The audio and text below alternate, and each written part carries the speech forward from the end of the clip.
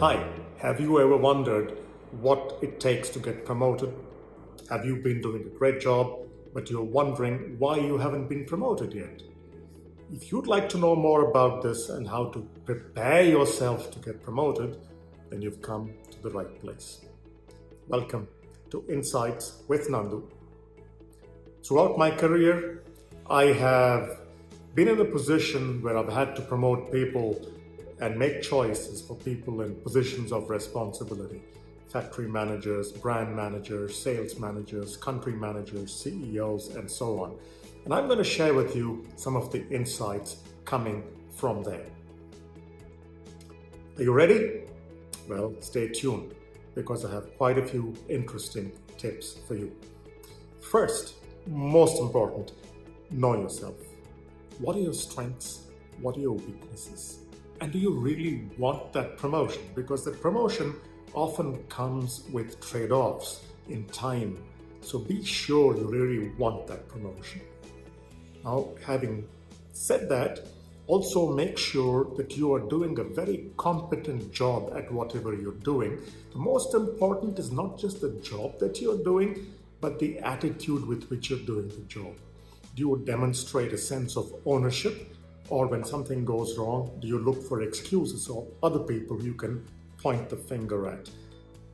If you take ownership, you take responsibility and say, listen, it worked or it didn't work. This is what I learned. This is what I'm going to do better to make sure I can improve this the next time around. That ownership goes a really, really long way towards developing and positioning yourself for the promotion. Next thing, point number 2, know that people don't promote you just for doing a good job, but they promote you for readiness about the next job. So start by demonstrating curiosity. Are you curious about the world in general, about the industry, but more specifically about the perspectives of how the company looks at it from the next level that you aspire to? Start to understand those perspectives and build those perspectives into the way you approach your own job and the way you approach all dealings with the rest of the people in the organization.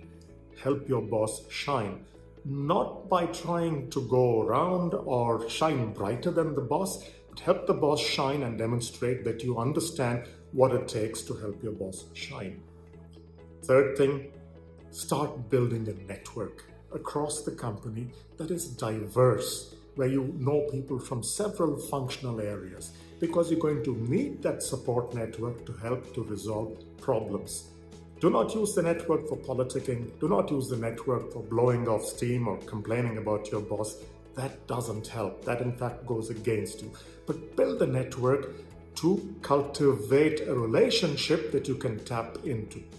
Fourth, reach out and ask for informal feedback from your boss, from the network, about how you can develop yourself, how you can build your skills so that you can actually contribute better in the organization and eventually aspire to the next level.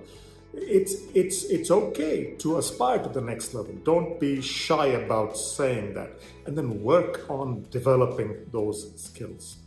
Fifth, actually let people know that you are looking for more responsibilities. Tell your boss directly. You don't maybe necessarily have to ask him directly for a promotion, but you can say, listen, I believe I'm ready for more responsibilities and I'd like you to give me more responsibilities. So you actually already start to demonstrate that you're doing the job that you are eventually aspiring to.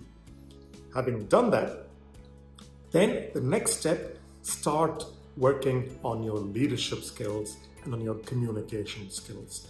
Because if you're going to resolve problems, particularly more and more problems that need the cooperation of people across the company to resolve, then you need to tap into your network, and that's where your leadership and communication skills come to the fore. The next point, and this is the single most important thing in getting promoted, make sure you cultivate in yourself a positive, can-do attitude. Ultimately, people respond to energy. Is it positive energy? Is it negative energy? So if you are able to bring positive energy to the job, that is something that people will take on board and they will respond to in turn. At the end of the day, we don't want people who come in there cynically and complain.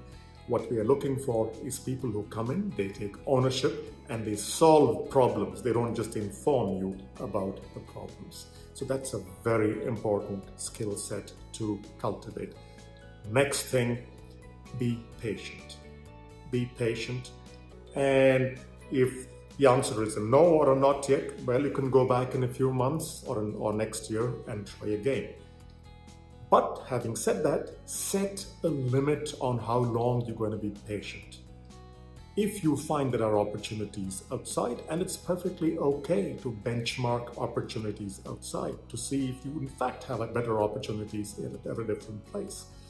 It is also important to benchmark opportunities outside in case there is a conflict with personal values or culture or the toxicity of the environment that you're working in, where you might need to move on regardless of whether you get a promotion or not. So keep that benchmark outside. And the last and most important point, build your personal brand. Your personal brand has to be built both inside and outside the company. The bedrock of the personal brand is integrity, its attitude, its communication, its leadership, all those things that we talked about. But beyond that, you actually need to go out and engage in industry forums across the company in different discussion groups, and go in there with an attitude that says you're willing to help people resolve their problems, whether within the company or in the industry. And as you start to build your brand, your personal brand and your reputation, both inside and outside the company, in a very constructive, helpful manner, not in an aggressive, I want my boss's job manner, you will probably find that people will start to look at you, and your positivity is going to rub off and eventually come and benefit you and help you get that promotion you've always wanted. Once you get into that promoted role, the new role, well, take time to understand the role. Take time to understand that your new role is not your old role. So if you keep trying to do your old role, then you will fail in your new role. So the old role is something that you were good at. Now you need to move beyond it. But that's what you have already started to build when you built your skill sets earlier, by already looking at things from the other level.